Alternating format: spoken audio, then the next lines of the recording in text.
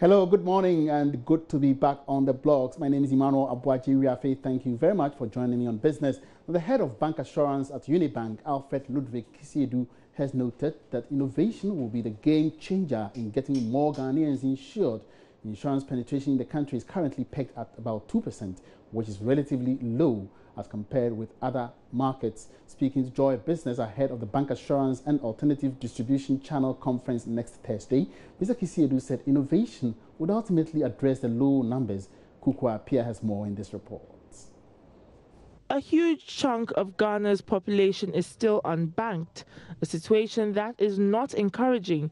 It is therefore not surprising the insurance industry is characterized by low patronage of policies. The low level of insurance literacy in the country, lack of trust, and poor financial resources management mainly account for the state of the industry. So the question is, would innovation make all the difference? Largely, you have certain organizations that have taken the lead in that.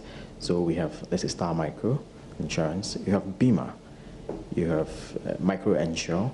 These are companies that are also breaking the frontiers when it comes to the informal sector. So they have designed very suitable products, to reach this informal sector.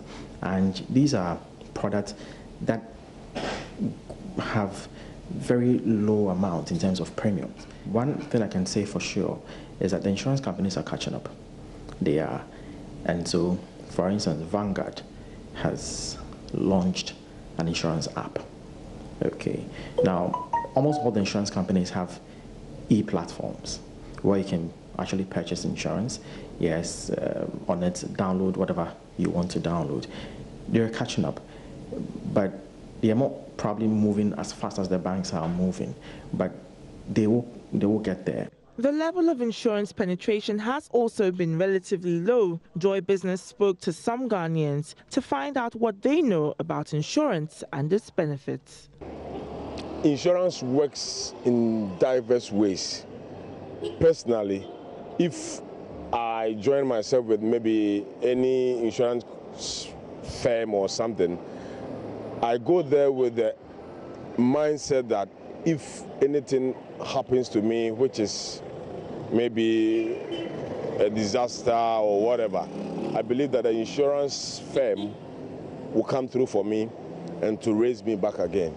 Basically, to me personally, insurance works in so many ways, especially when you find yourself in an accident, and your car is insured. Definitely you get some compensation from the insurance company. I was in the office and then, one of them came to me, so I had to register in my office. I haven't been there though to check, but they send me text messages. On any transaction that takes place, they send me text messages. So that's how it's working for me.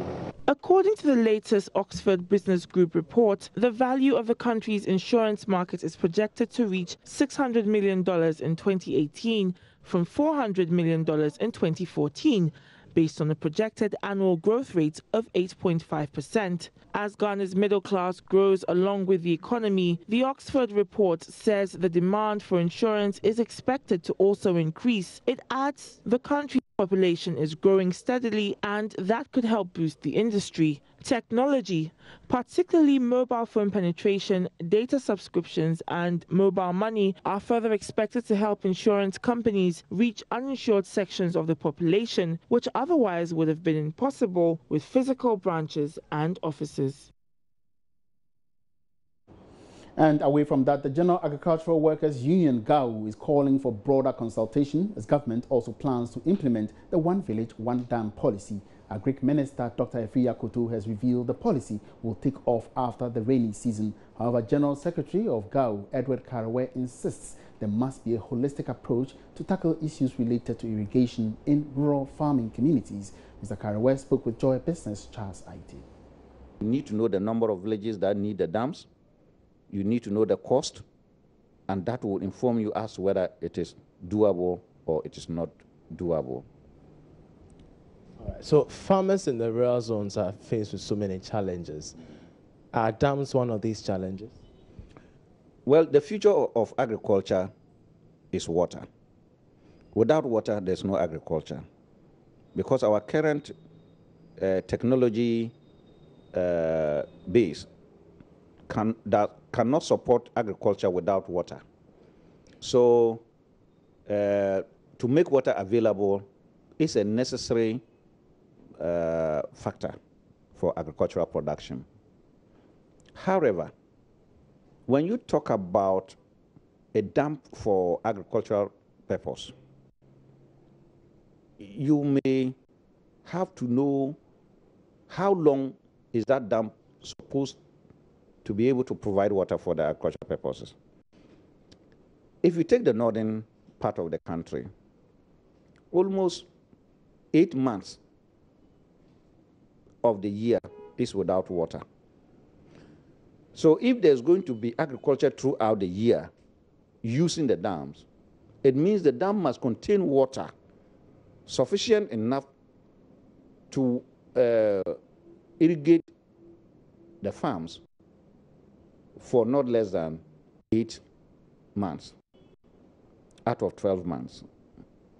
So that particular dam will have to be big enough to be able to capture sufficient water that can be used for this number of months. And that has implication for cost.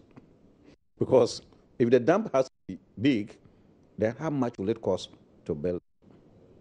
And if the cost is huge, then how many dams can you build, given the number of villages that are available? And that's it, business for now. Do make a date again at midday for more business news updates. My name is Emmanuel Abuaji Riafe. Have a good morning.